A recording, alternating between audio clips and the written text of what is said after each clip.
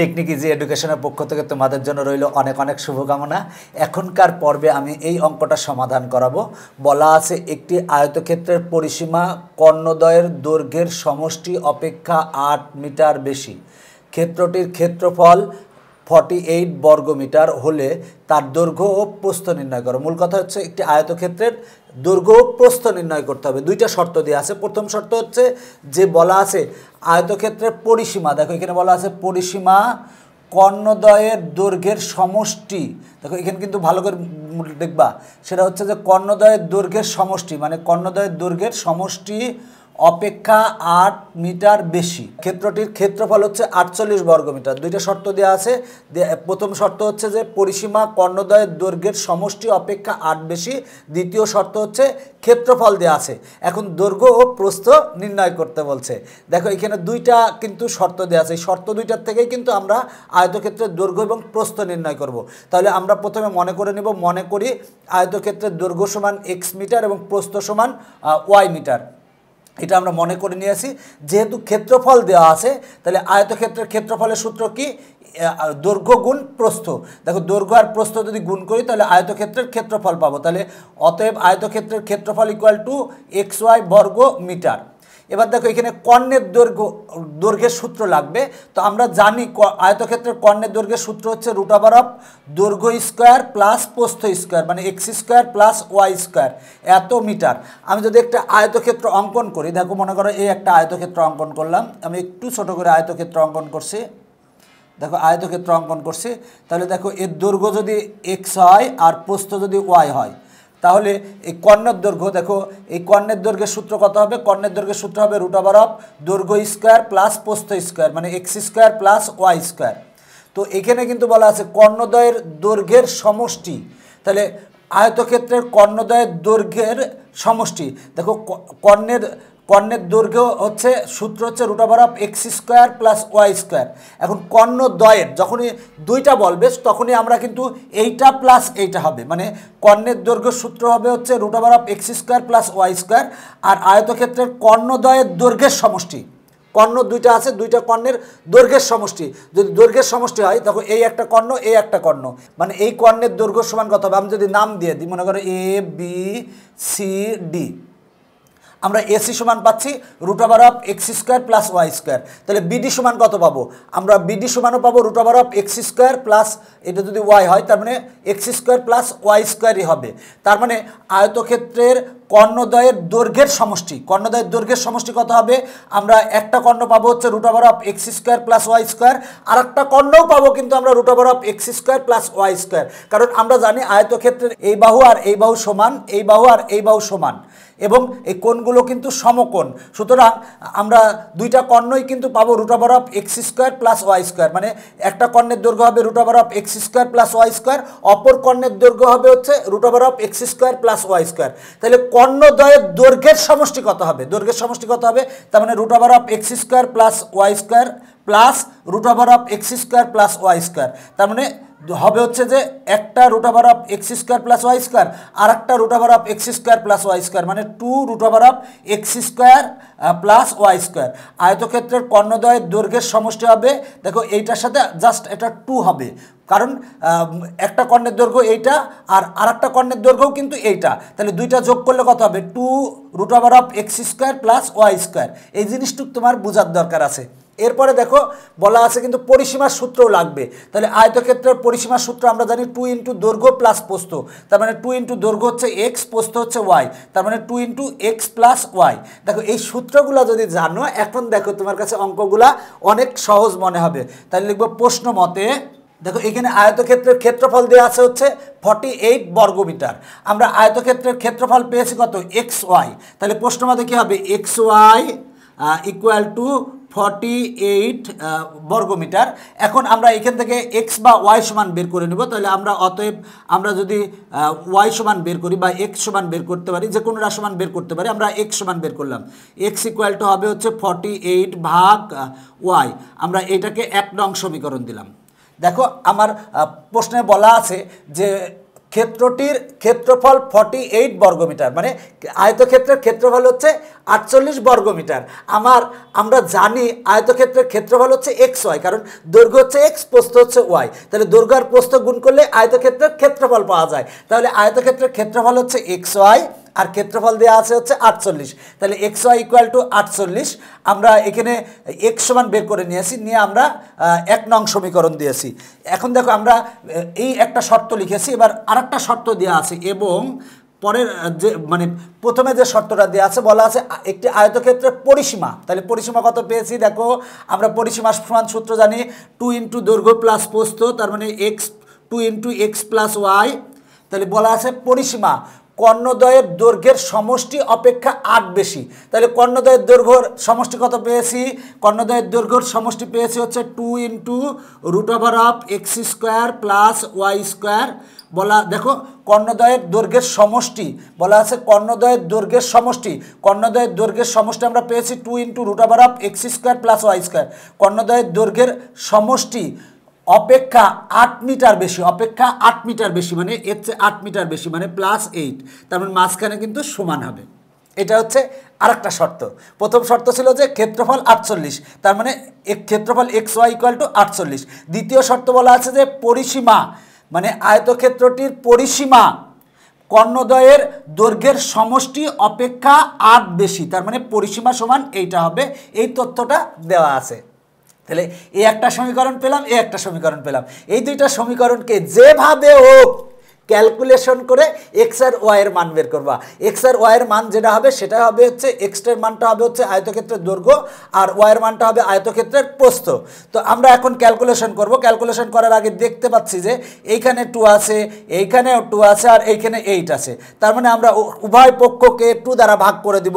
তাহলে আমরা উভয় পক্ষকে 2 দ্বারা যদি ভাগ করি তাহলে কি পাই দেখো, বা এটাকে তো 2 দ্বারা ভাগ করে 2 কাটা থাকে হচ্ছে X plus Y equal to, এটাকে 2 দ্বারা ভাগ করলে 2 কাটা থাকে root over of x square plus Y square, আর 8 ভাগ 2 সমান হবে হচ্ছে 4। এখন কি করা যায় দেখো তো, এখন দেখো যে কি করা যায়। এটাকে যেভাবে হোক আমরা ক্যালকুলেশন করব। তো আমরা এই 4টাকে এই পাশে নিয়ে আসবো। তুমি বলবো কেন 4টাকে এই পাশে নিয়ে আসবো, কেন এইটাকে এই পাশে নিয়ে আসবো না?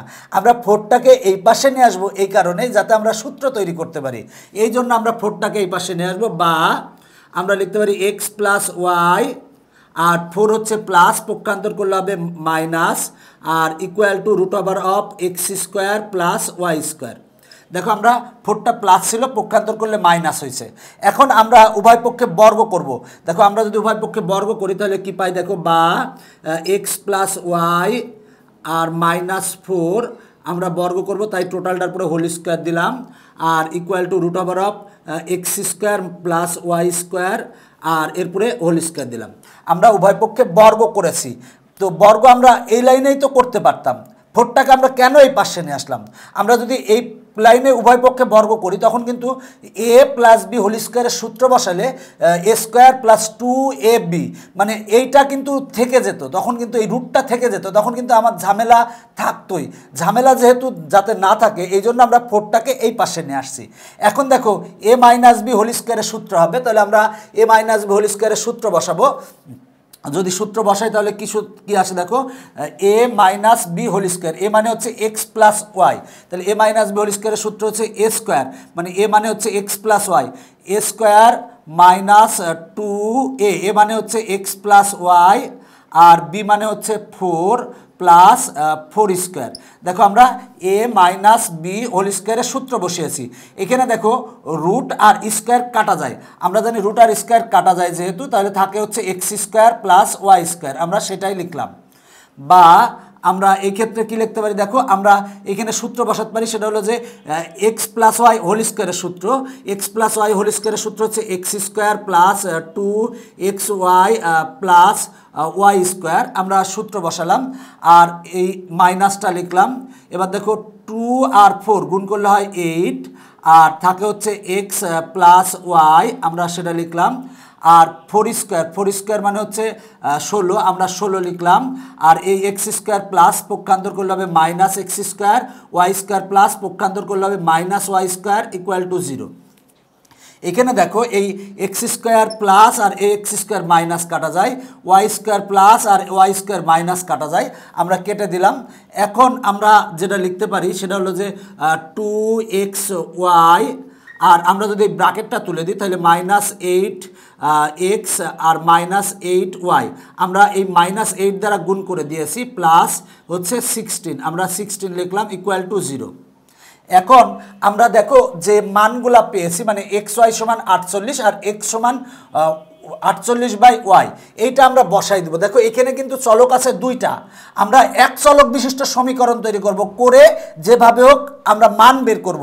এই জন্য এক চলক বিশিষ্ট সমীকরণ তৈরি করার জন্য আমরা এই এক্স ওয়াই সমান আমার 48, আমরা 48 বসাই দিব। তার আগে আমরা আর একটু কাজ করে নিই, সেটা হলো সবটাই দেখো 2 কমন আসে, মানে 2 কমন আসে, তাই আমরা সবগুলোকে 2 দ্বারা আগে ভাগ করে দিব, মানে উভয় পক্ষকে 2 দ্বারা ভাগ করে দিলে আমার একটু সহজ হবে। আমরা এটাকে 2 দ্বারা ভাগ করে দিলে হবে হচ্ছে এক্স ওয়াই, 2 আর 2 কাটা যাবে। এখানে যদি 2 দ্বারা ভাগ করি -4x, এখানে 2 দ্বারা ভাগ করলে -4y, এখানে 2 দ্বারা ভাগ করলে হবে 8, আর 0 ভাগ 2 সমান হবে হচ্ছে 0। আমরা 2 দ্বারা ভাগ করে নিয়ে একটু ছোট করে নিলাম। এখন আমার দেখো এই এক্স ওয়াই সমান আমরা জানি, দেখো এক্স ওয়াই সমান 48 জানি, আর এই এক্স সমানও আমরা কিন্তু জানি, এক্স সমানও জানি। তাহলে আমার এক চলক বিশিষ্ট সমীকরণে রূপান্তরিত হবে। তাহলে আমরা এক্স ওয়াই সমান কত লিখবো, দেখো তো এক্স ওয়াই সমান 48 লিখবো। তাহলে আমরা লিখি 48 -4 ইন্টু এক্স, এক্স সমান আমরা কত পেয়েছি হচ্ছে 48 ভাগ ওয়াই, আর -4y, আর এই +8, আমরা +8 লিখলাম ইকুয়াল টু 0। দেখো এই লাইনটা গুরুত্বপূর্ণ, ভালো করে দেখবা। সেটা হচ্ছে যে আমরা এই এক্স ওয়াই সমান বসাইছি 48, আর এই এক্স সমান আমরা বসাইছি 48/y, 48/y। দেখো এখানে ওয়াই ছাড়া আর কোনো চলক নাই, এখানে একটা চলক আছে, সেটা হচ্ছে ওয়াই। তাহলে এখন আমি সহজেই কিন্তু আমরা ক্যালকুলেশন করে আমরা এখানে কিন্তু আমরা এই ক্যালকুলেশন করে যেভাবে হোক আমরা ওয়াইয়ের মান বের করতে পারবো। এখন দেখো আমার চলক হয়ে গেছে একটা, আগে ছিল চলক দুইটা। তুমি যদি একটু সিস্টেম অনুযায়ী এই অঙ্কগুলো না করো তাহলে দেখবে যে অনেক বড় হয়ে যাচ্ছে।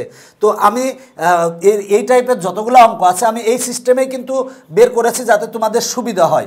তো এখন আমরা ক্যালকুলেশন করব। ক্যালকুলেশন করলে কি পাই দেখো, 48 আর 8 যদি যোগ করলে হবে হচ্ছে 56। তাহলে লিখতে পারি আমরা 56 -4 গুণ 48 সমান হবে হচ্ছে 192 ভাগ Y, R -4y equal to 0।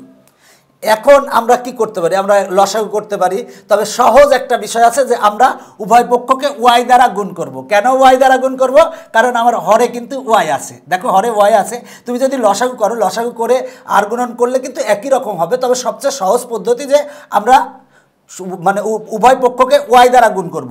আমরা যদি ওয়াই দ্বারা গুণ করি, তো ওয়াই দ্বারা গুণ করার সময় আমরা এইটা আগে লিখব। আমরা ওয়াই দ্বারা এখানে যদি গুণ করি তাহলে হবে মাইনাস, দেখো এখানে -4, এরপরে দেখো ওয়াই স্কোয়ার, আমরা ওয়াই দ্বারা গুণ করছি। এবার যদি আমরা এটারে ওয়াই দ্বারা গুণ করি তাহলে হবে হচ্ছে দেখো +56 ওয়াই হবে, আর এই মাইনাস এখানে যদি ওয়াই দ্বারা গুণ করি, ওয়াই আর ওয়াই কাটা থাকবে হচ্ছে 192, আমরা 192 লিখলাম ইকুয়াল টু 0। এখন আমরা -4 কমন নেব। যদি -4 কমন নিই তাহলে হবে হচ্ছে ওয়াই স্কোয়ার, আর এখানে হবে মাইনাস, দেখো মাইনাসে প্লাসে মাইনাস হবে, 56y ভাগ হচ্ছে 4 সমান হবে হচ্ছে 14y, আর মাইনাস, এবার দেখো এই মাইনাসে মাইনাসে এখানে প্লাস হবে, 192 ভাগ 4 সমান হবে হচ্ছে 48। তাহলে 48 লিখলাম ইকুয়াল টু 0। এখন আমরা এই -4 গুণাকার আছে, পক্ষান্তর করলে ভাগ হবে, তার মানে 0 ভাগ -4 সমান 0 হবে। তাহলে আমরা এখানে লিখতে পারি দেখো y square -14y plus 48 equal to 0। এখন আমরা এটা মিডিল টার্ম করব। তো আমরা লিখতে পারি বা ওয়াই স্কোয়ার -14yকে আমরা লিখতে পারি 6y -8y plus 48 equal to 0। দেখো -6y -8y সমান -14y, এবং এই দুইটা গুণ করলে এই প্রথমটা এবং শেষেরটার গুণফলের সমান হবে। তাহলে আমরা এখন কমন নেব। y যদি কমন নেই তাহলে হবে y -6, আর এখানে -8 কমন নিলে হবে y -6 ইকুয়াল টু 0। এবার এইটা আর এইটাতে কমন নেব। দেখো আমার এইটা আর এইটাতে কমন আসে হচ্ছে ওয়াই মাইনাস সিক্স, কমন নিলে হয় হচ্ছে y minus eight equal to zero.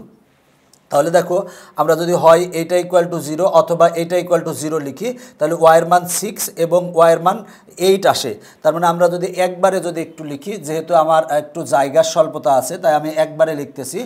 সেটা হলো যে অতএব আমরা লিখতে পারি ওয়াইয়ের মান হচ্ছে আমরা পাচ্ছি হচ্ছে সিক্স আর হচ্ছে এইট পাচ্ছি।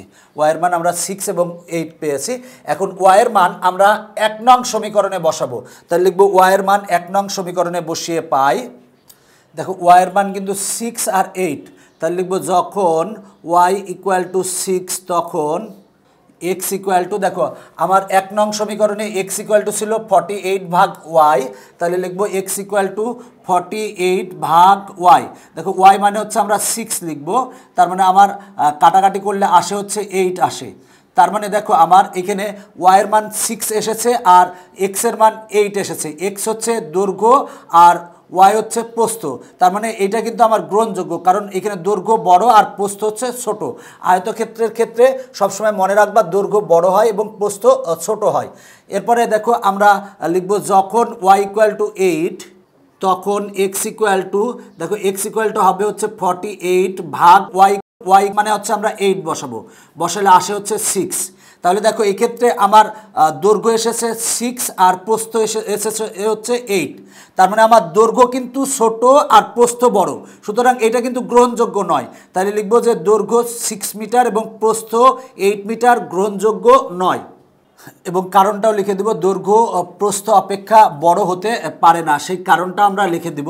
অতএব নির্ণেয় আয়তক্ষেত্রের দৈর্ঘ্য হচ্ছে 8 মিটার এবং প্রস্থ হচ্ছে 6 মিটার। দেখো অঙ্কটা অনেক বড় মনে হলেও অঙ্কটা সহজ, তুমি যদি একটু নিজে চেষ্টা করো সেক্ষেত্রেই পারবে। দেখো এখানে প্রশ্নে 2টা শর্ত দেওয়া আছে। প্রথমে শর্ত দেওয়া আছে হচ্ছে একটি আয়তক্ষেত্রের পরিসীমা কর্ণদ্বয়ের দৈর্ঘ্যের সমষ্টি অপেক্ষা 8 মিটার বেশি, ক্ষেত্রটির ক্ষেত্রফল দেওয়া আছে। এখন বলা আছে আয়তক্ষেত্রটির দৈর্ঘ্য ও প্রস্থ নির্ণয় করো। তাহলে আমরা মনে করি আয়তক্ষেত্রের দৈর্ঘ্য এক্স মিটার এবং প্রস্থ ওয়াই মিটার। তাহলে আয়তক্ষেত্রের ক্ষেত্রফল সমান কত? দৈর্ঘ্য গুণ প্রস্থ মানে এক্স ওয়াই। আয়তক্ষেত্রের কর্ণের দৈর্ঘ্যের সূত্র আমরা কি জানি? √(x² + y²। তাহলে আয়তক্ষেত্রের কর্ণদ্বয়ের দৈর্ঘ্যের সমষ্টি ইকুয়াল টু কত হবে? কারণ কর্ণের একটা দৈর্ঘ্য যদি এইটা হয় তাহলে অপর দৈর্ঘ্যটাও এইটা হবে। তার মানে কর্ণদ্বয়ের দৈর্ঘ্যের সমষ্টি হবে 2 × দৈর্ঘ্য² প্লাস প্রস্থ স্কোয়ার মানে x² + y²। আর আয়তক্ষেত্রের পরিসীমার সূত্র জানি আমরা 2 × দৈর্ঘ্য প্লাস প্রস্থ মানে 2 × দৈর্ঘ্য প্লাস প্রস্থ মানে 2 × x + y। তো আমার শর্ত দেওয়া আছে আয়তক্ষেত্রটির ক্ষেত্রফল 48 বর্গমিটার। তাহলে আমরা আয়তক্ষেত্রটির ক্ষেত্রফল পেয়েছি xy = 48 লিখেছি। এখানে x সমান আমরা বের করে নিয়েছি, তাহলে x = পেয়েছি 48 ভাগ y। এবার দেখো আরেকটা শর্ত দেওয়া আছে, শর্তটা হচ্ছে আয়তক্ষেত্রের পরিসীমা হচ্ছে 2 × x + y। পরিসীমা কর্ণদ্বয়ের দৈর্ঘ্যের সমষ্টি, কর্ণদ্বয়ের দৈর্ঘ্যের সমষ্টি হচ্ছে কত? দেখো 2 × x² + y²।